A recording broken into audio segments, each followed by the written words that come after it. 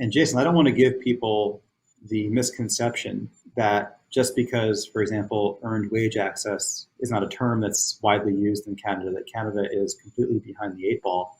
Just recently, for example, there's been movement afoot on open banking. Isn't that right? Yes. Open banking, it brings back memories. So this is not a new concept for Canada. It has been on the federal government's agenda even before the pandemic. So in 2019, I recall when I went to conferences, and back then it was all in-person conferences. So it seems like such a distant past, but that was just 2 years ago. In 2019, when we went to conferences, open banking was all everyone talked about. And even at that point, it seemed imminent. But then, of course, in the beginning of 2020, COVID-19 hit. So the government had to really focus on fighting the pandemic, which obviously was much higher priority. The topic of open banking has now resurfaced or been renewed by the government. So a few weeks ago, the federal government released the final report indicating an 18-month timeline for the federally regulated banks to participate. So for them, it's mandatory participation. For the provincially regulated financial institutions like credit union, and Synergy Credit Union is provincially regulated, the participation is voluntary. But this is a game where I think, if we choose to maybe skip or not participate, then it's only going to make the uneven playing field even more uneven in Canada. So this is early speculation, but I think you would see a lot of credit unions and non-federally regulated institutions wanting to participate and trying to get it done within the 18-month timeline. So this tees up what I think is going to be my favorite part of this conversation, which is, we've talked about where we are today. Now I'd love to talk about where we wish we were and where we hope to be in a few years. Jason, I wonder, you gave us the example of the open banking report that's really just fresh out the door, just a couple of weeks old.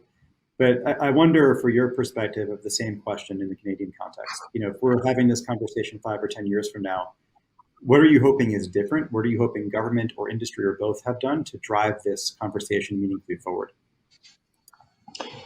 Other than open banking, probably in 5 to 10 years, I think it will be reality in Canada. Other than this, I think ESG will be the issue that probably a lot of people don't time accepting that this is a real issue, but the train has left the station.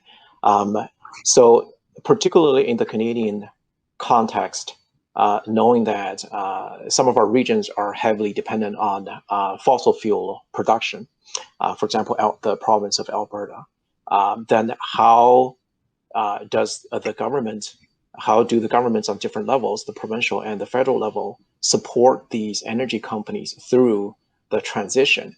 And what role should a financial institution play? So Synergy Credit Union does business with some of these energy companies too. And by talking to them, I get the sense that their leadership is not resisting the direction that the whole world is moving. Because we know that you can't fight this, right? So we want to protect the only planet that we can live on for the foreseeable future. Although there's a few pioneers are looking for different alternatives, but the reality is we're going to be living on this planet for the foreseeable future. So whoever you are, even if you are an employee or senior management from the oil company, you still need to protect the planet. They get that. But the biggest wonderment is, other than a blanket and audacious announcement or statement from the governments, and we see that a lot of countries have come forward to say that we pledge to be carbon neutral and net zero by the year 2050. A few countries have said 2060. Whatever the year is, the government needs to do more in terms of figuring out initiatives to support different businesses more so in the energy sector to do the transition, and give financial institutions enough support and help and power, and maybe even support from capital to help them through. And this is a concept that we call transition finance that has recently been also a topic where we are. So other than transition finance, then standardizing the reporting on the ESG side, I think will also probably be something that the industry will be calling for.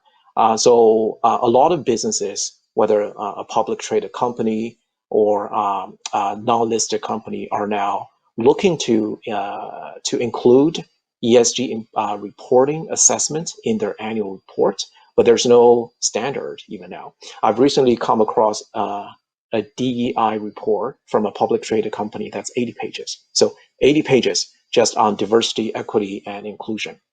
And their annual report, usually without the DEI part, is only 160 pages. So now they're looking to increase the length of their annual report by 50% just to report you on DEI. Now, I'm not saying that DEI is not important, speaking as a member of the visible minority, but what is the standard, right? You don't want to under-report so that some important issues are not discovered.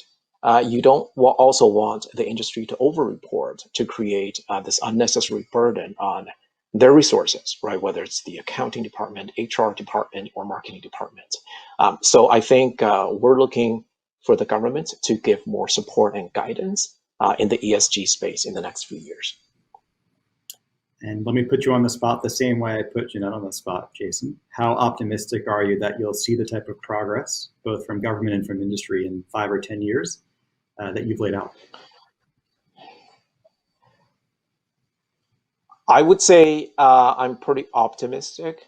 The Canadian government has a tradition of looking maybe across the Atlantic and Europe to see what are some of the advances that the European advanced developed economies have done.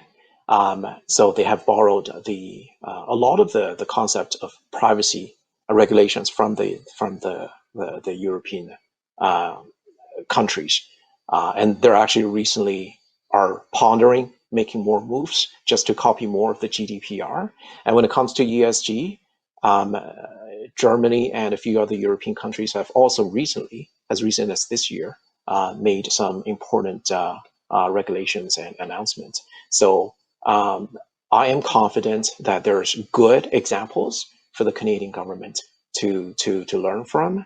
And also there's lessons learned that they can also look at. For example, open banking in many different countries in the world. There's some lessons learned, and they have been included in the consultation in the Canadian government's open banking initiative. So I'm pretty confident and optimistic about the fact that I think the government here will get it done right.